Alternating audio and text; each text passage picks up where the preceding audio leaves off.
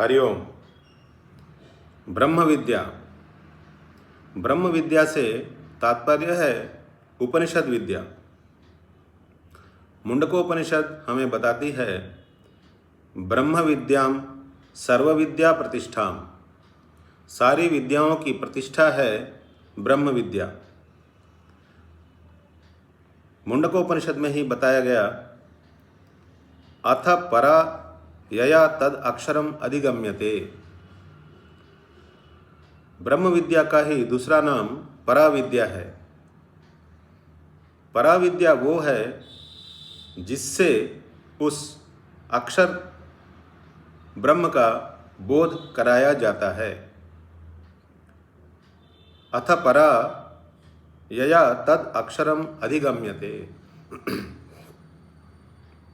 तैत्तरीय उपनिषद में बताया गया, यतो वाचो निवर्तन्ते अप्राप्य मनसा सह। अर्थात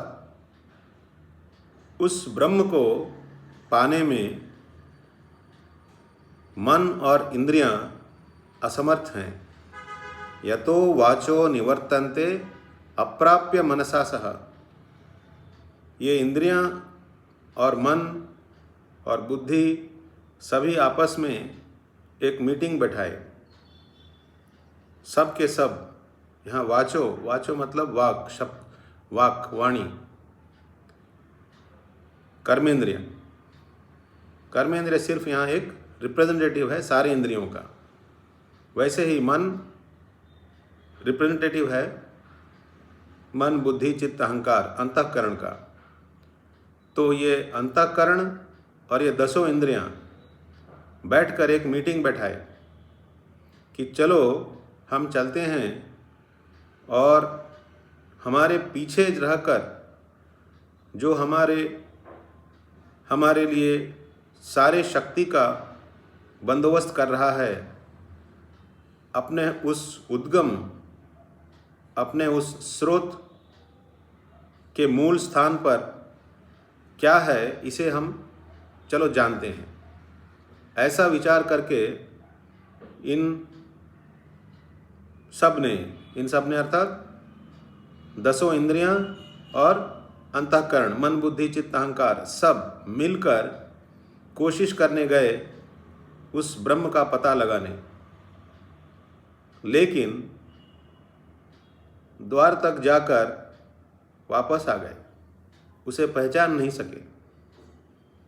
कहने का तात्पर्य है कि मन और इंद्रियों की पहुंच से ब्रह्म परे है। उसे मन और इंद्रियों से नहीं जाना जा सकता, क्योंकि वह स्वसंवेद्य है। अर्थात उसे उसकी ही रोशनी में जानना है, उसको उसी के प्रकाश में जानना है। तो ये बोध कराने के लिए हमें कोई बोधवान चाहिए, कोई विद्वान चाहिए, ब्रह्मविद चाहिए। तैत्तरीय उपनिषद में ही बताया गया, आनंदम ब्रह्मणो विद्वान न विभेति कुतश्चनेति। उस ब्रह्म को जानने वाला विद्वान जो बोध कराने में समर्थ है, वह न विभेति कुतश्चनेति, वो कभी किसी से नहीं डरता। अच्छा, उस बोध से क्या फायदा? तो बताते हैं तैत्तरीय उपनिषद में, ओम ब्रह्मविद आपनोति परम। ब्रह्मविद परम को प्राप्त करता है, अर्थात उसे और कुछ भी पाना बाकी नहीं रहता। आपनोति स्वराज्यम। वह अपने स्वराज्य को प्राप्त करता है। स्वराज्य को प्राप्त करना मतलब अपने राज्य पर, अपने सिंहासन पर जाकर बैठ जाता है। क्या अभी नहीं बैठा है? नहीं। अभी कहाँ है? अभी वो मन से बुने हुए, इंद्रियों से प्रतीत होते हुए प्रपंच में मैं मेरा तू तेरा करके बैठा है। वहाँ से उठकर उसे अपने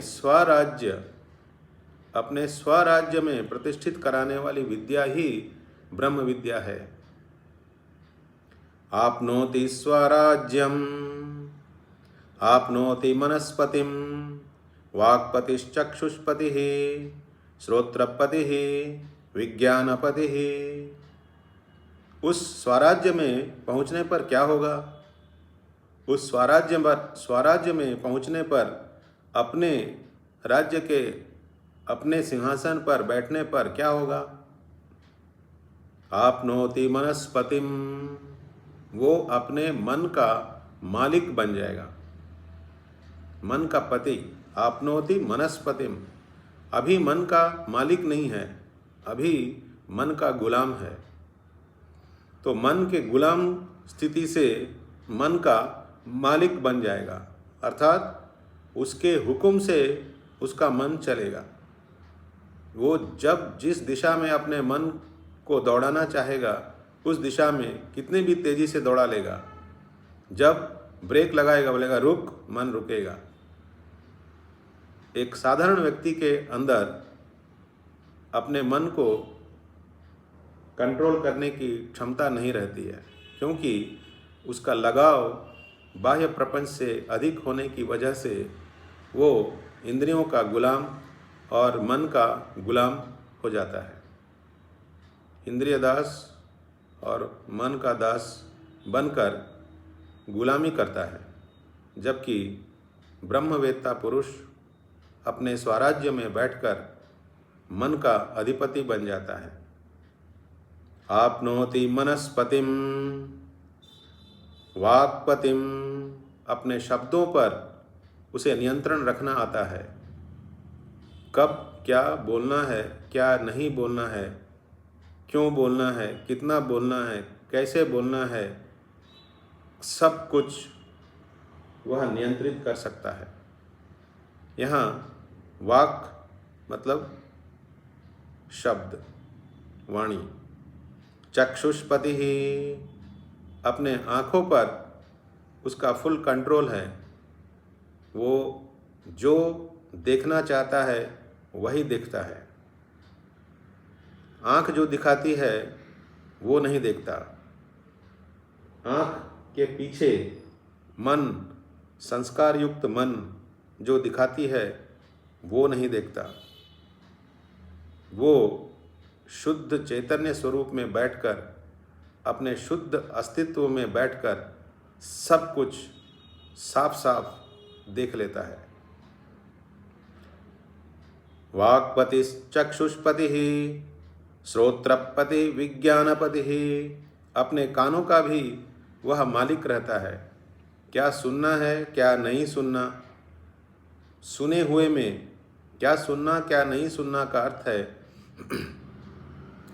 जो सुना उसका अर्थ क्या है, उसकी गंभीरता क्या है, उसकी पहुंच कहाँ तक है, उसकी व्यापकता कहाँ तक है, सब कुछ वह जान लेता है, माप लेता है, देख लेता है।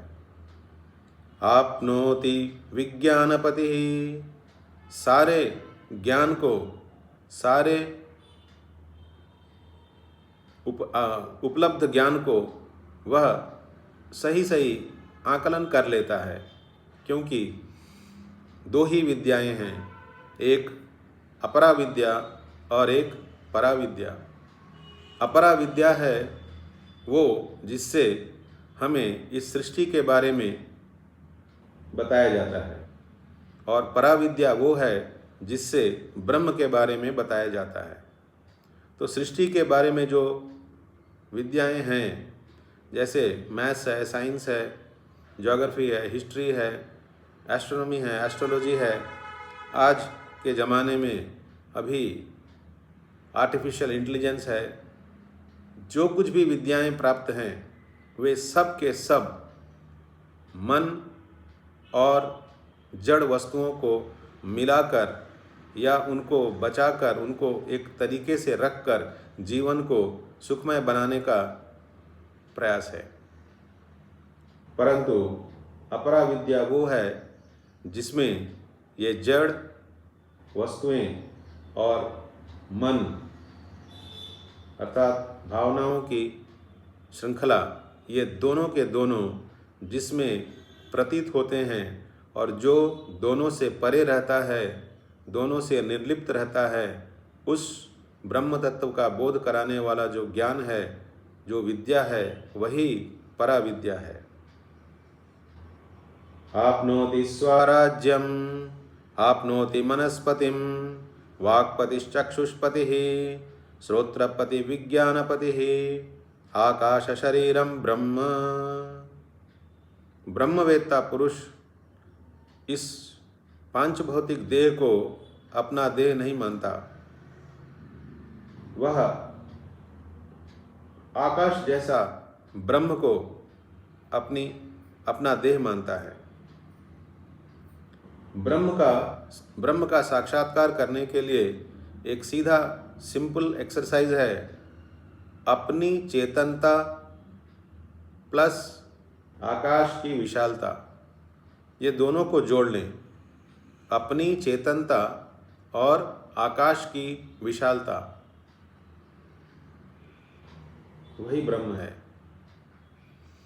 अभी जो चेतनता अपने अंदर है वो सीमित से अनुभव कर रही है, क्योंकि चेतन के साथ वृत्ति अर्थात भावनाओं की श्रृंखला जुड़ी हुई है। बौद्धिक विचारधारा चलती है और इंद्रियों से प्रतीत होने वाले प्रपंच में अपनी आसक्ति है। तो ये जो चेतन है, आत्मेन्द्रिय मनोयुक्तम भोक्तेत्याहुर्मनीषिणः, कठोपनिषद हमें बताती है, आत्मेन्द्रिय मनोयुक्तम भोक्तेत्याहुर्मनीषिणः। मनीषिणः मतलब विद्वान लोग, जानकार लोग। क्या बताते हैं? आत्मा जब मन और इंद्रियों के साथ जुड़ जाता है, आत्मेन्द्रिय मनोयुक्तम, आत्मा जब मन और इंद्रियों के साथ जुड़ जाता है तब वही भोक्ता कहलाता है।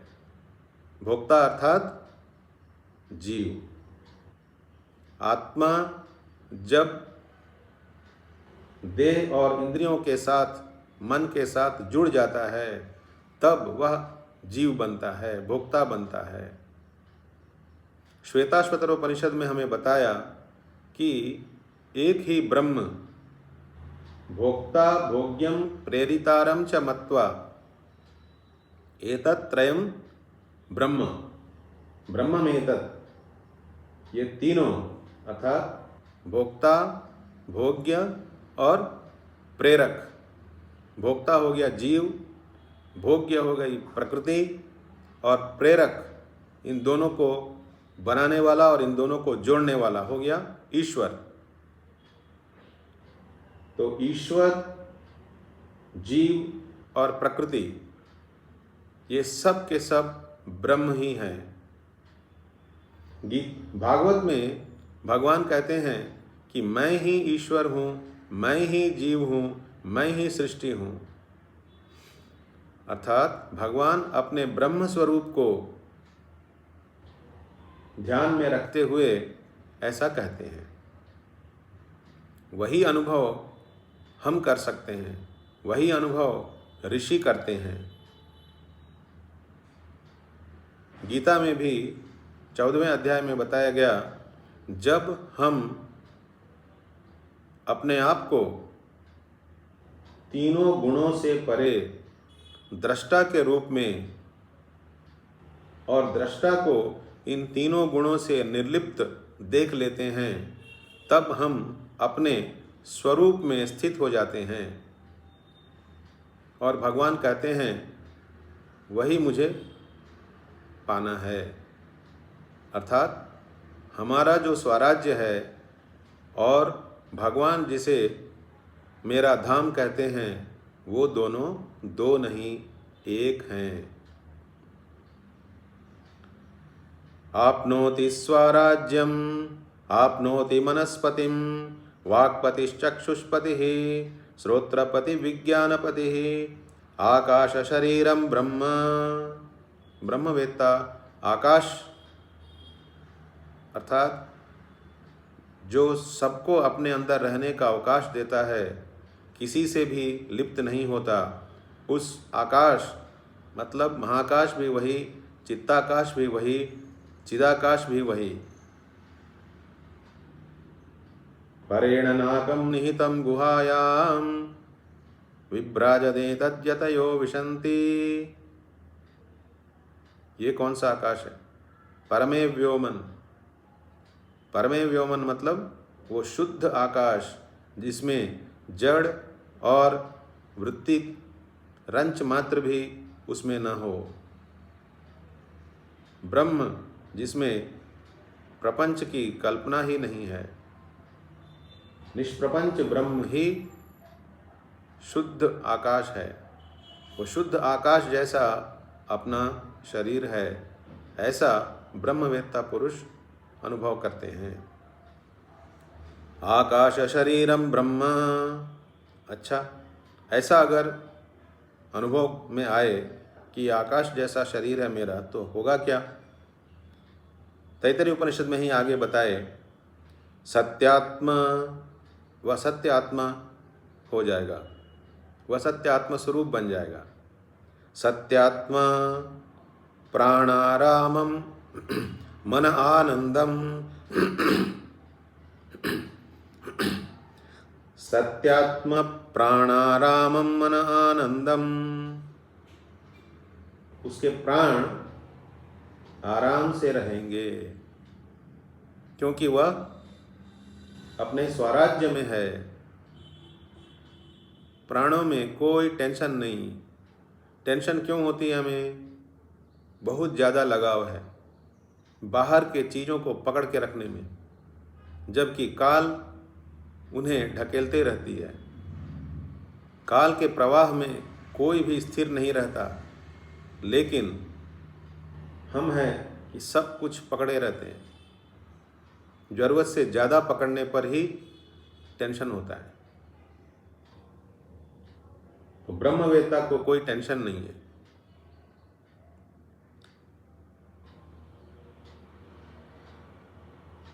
सत्यात्म प्राणारामम मन आनंदम। उसका मन आनंद स्वरूप है, आनंद में मग्न हो रहा है उसका मन। क्यों? क्योंकि वह जड़ से मुक्त हो गया, अपने स्वराज्य में चला गया, ब्रह्म में प्रवेश कर गया। मन आनंदम रसम हेवायम लब्ध्वा आनंदी भवति। वो रस स्वरूप ब्रह्म को पाकर वह मन आनंदी हो गया, आनंद का अनुभव करने लगा। रसम हेवायम लब्ध्वा आनंदी भवति। सत्यात्म प्राणारामम मन आनंदम शांतिम समृद्धम अमृतम। वह अपने आप में शांत है, समृद्ध है, पूर्ण है, अमृतत्व को प्राप्त कर चुका है। सत्यात्म प्राणारामम मन आनंदम शांतिम समृद्धम अमृतम। इति प्राचीन योग्योपासस्व। अर्थात ये सबसे प्राचीन उपासना करने योग्य ब्रह्म तत्व है। रसम हेवायम लब्ध्वा आनंदी भवति। ओम इति ब्रह्म, ओम इति दिगम सर्वम। ओम, यह ओम ही ब्रह्म है। आ ओ म, यह ओम, इसी में से सारी सृष्टि निकलती है, इसी में सारी सृष्टि रहती है, इसी में सारी सृष्टि मिल जाती है। जागृत स्वप्न सुषुप्ति तीनों अवस्थाएं इसी में से निकलते हैं, इसी में रहते हैं, इसी में विलीन हो जाते हैं, पर वो ज्यों का त्यों बना रहता है, उसमें कोई परिवर्तन नहीं होता। वह ब्रह्म मैं हूँ। ओम इति ब्रह्म, ओम इति इदगम सर्वम, वह ओम ही यह सब कुछ भी है। अर्थात सृष्टि के रूप में जो दिखता है वो भी ब्रह्म है, और सृष्टि से परे जो है वो भी ब्रह्म है। काल के प्रवाह में जो बहता है वह दिखता है वह भी ब्रह्म है, और काल से परे जो रहता है वह भी ब्रह्म है। वह ब्रह्म मैं हूँ। हरि ओम।